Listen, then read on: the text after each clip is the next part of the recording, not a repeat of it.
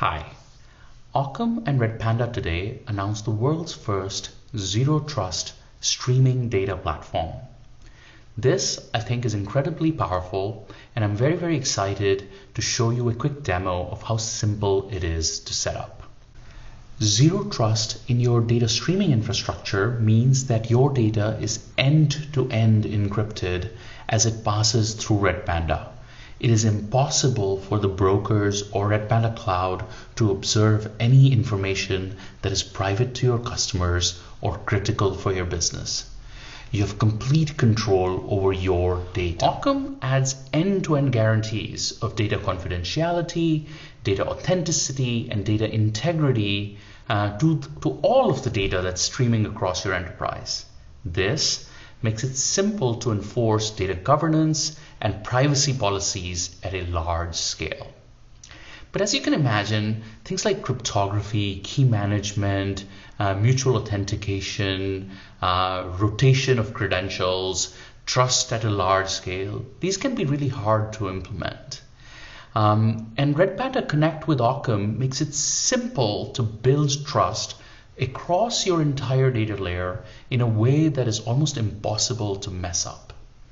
And Redpanda Connect can connect a lot of different systems together, so the possibilities here are truly amazing. So let's look at a quick demo. Let's say we want to connect MongoDB with Snowflake, and we want to move this stream of data through Redpanda. To do this, what we will do is we will run Redpanda Connect next to our MongoDB instance and Ockam as a plugin of Redpanda Connect. And then on the other side, we will also run Redpanda Connect next to Snowflake and Ockam as a plugin to this Redpanda Connect instance as well. Okay, so Redpanda Connect instances are configured using these very simple YAML files that have typically these three sections: an input section, a pipeline section, and an output section. And there are already hundreds of input and output plugins that are available for Redpanda Connect. One such plugin is the Ockam Kafka plugin, which is going to be our focus today. Now, to set up our pipeline from MongoDB to Snowflake, we're going to start at the Snowflake end and work our way backwards. So first, we're going to define this consumer.yaml that's going to consume data or input data from Kafka. This Kafka instance is really Redpanda, which has a Kafka protocol compatible interface. We say that the broker is available at this address. This is the topic we want to consume from. This is the consumer group. And then there are these three properties that are Ockam specific. The first one is an enroller. This consumer instance to enroll itself and get a credential from an Ockam credentialing authority. The next one is a Ockam relay address. This relay address is an address that the consumer advertises so that producers can establish a encrypted secure channel with it, which then can be passed through Redpanda. And then finally, it says that only allow anything that has a producer credential to actually set up a secure channel with this consumer. So with this little bit of config, we've set up our input that reads from Kafka. We then have a processor that says every message that is read is going to have a field called data.message. This is going to be a JSON message, and take that data.message field and uppercase it. That's our little kind of transformer before we write our data to Snowflake. And for the purpose of the demo here, I'm just going to use standard out and print out the messages. But configuring Snowflake is fairly straightforward. You basically put in your account name and credentials, and it just works. Okay, so that's our consumer side of the configuration. On the other end, next to our MongoDB instance is going to be this other Redpanda Connect instance, which will be the producer of our data into Redpanda. And so we'll configure it using this producer.yaml file. And as an input, I want to use MongoDB, but for the purpose of this demo, I will just focus on this generate input, which generates random dummy data instead of connecting to a MongoDB instance. But this is, again, very straightforward. You just provide your credentials and the address to MongoDB, and it just works. Okay, so then in this generate input, what we're saying is generate a message, or generate 1,000 messages at an interval 1 second, and the content of that message will be this JSON object that has a producer, which points to the host name of the machine this is running on, and a data field with a fake generated email and a fake generated message. And this message is the one that when it reaches the consumer will get transformed into an uppercase version of this sentence.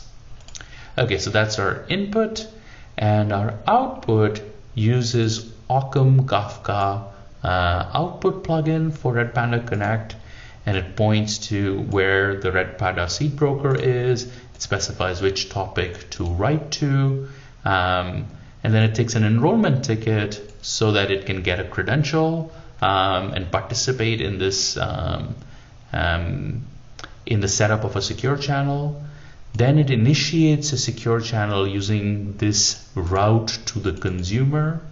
This field is a relayed encrypted route through an encrypted relay to the address of the consumer, which is advertised at consumer relay.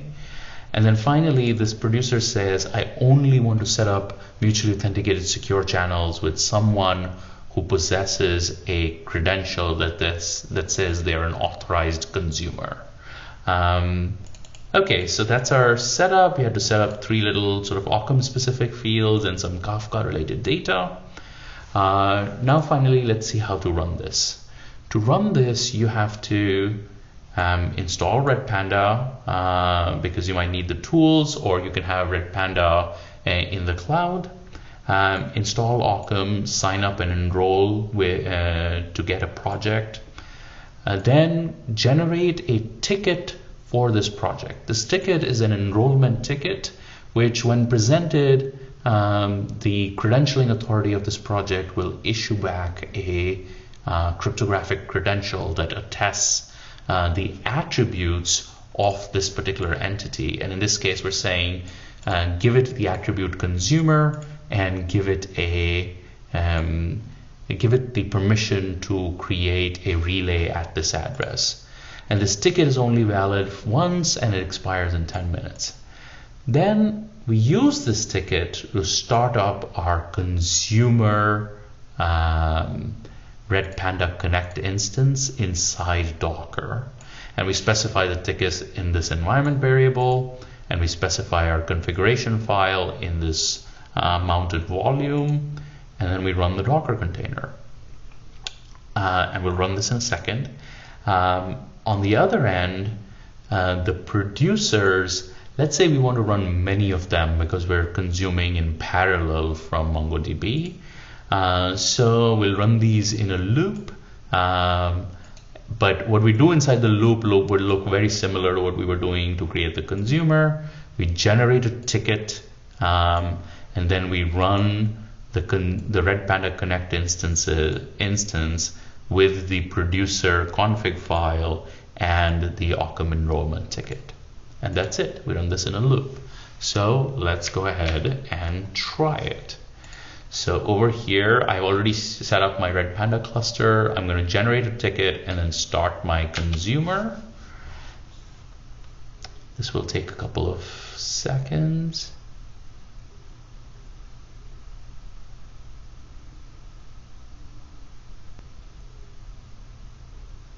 Okay, so once I see my input and output are both set up, my consumer is ready. At that point, I'm going to go ahead and start my producers in a loop.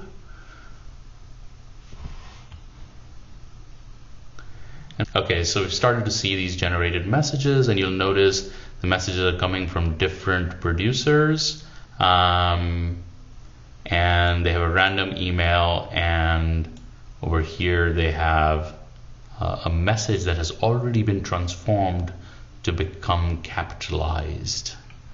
Okay, so this is all good. It's a regular producer-consumer reading and writing data through Redpanda.